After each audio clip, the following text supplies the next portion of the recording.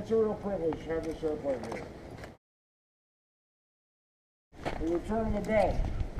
Very, very big day for us. Very big day. This airplane has been here before.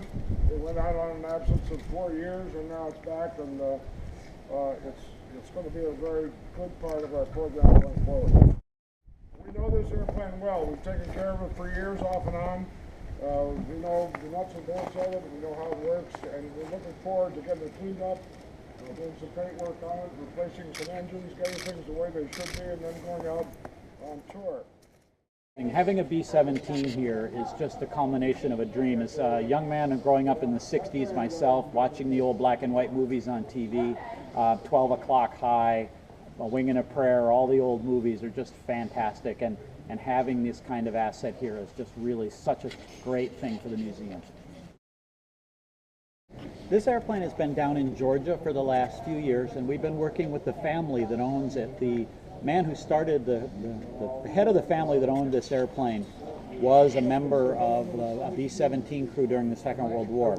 And after the war, he got into business and he started collecting airplanes, and this was his baby, his favorite airplane. And we've known the family for a long, long time, and they were looking for somebody to operate the airplane for them. And we are in the position to assume the maintenance and the operations of the airplane. And we'll be taking it to air shows all around the Northeast United States later this year. Well, one of the things that the FAA, the Federal Aviation Administration, which monitors aircraft operations in the U.S., requires us to do an annual inspection every year on every airplane.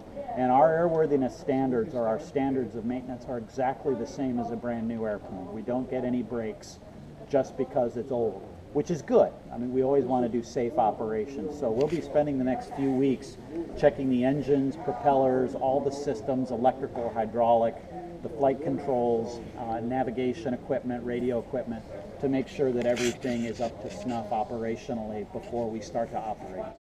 Everybody that's involved with the museum is a volunteer. All the maintenance people, myself as the director of maintenance, I'm a volunteer.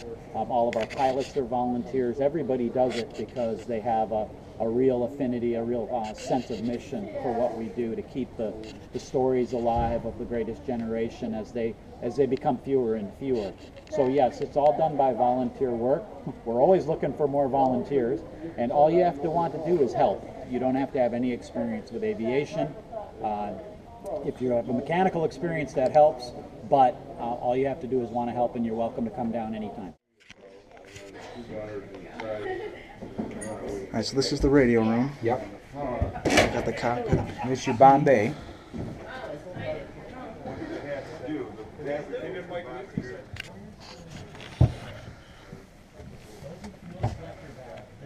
Yep.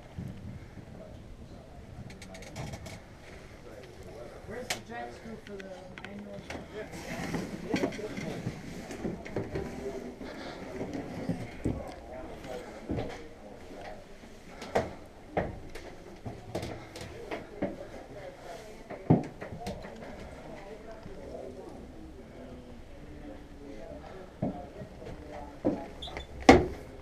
What we'll do with you, if you want, sir. Once we get everybody through okay? All right. Get the second one over.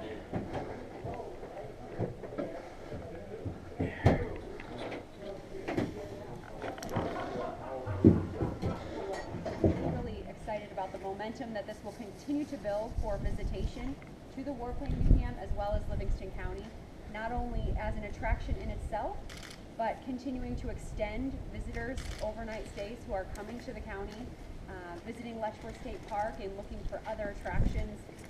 We think this will be a great highlight for our area, and we're just really excited and proud to be the new home for this wonderful aircraft.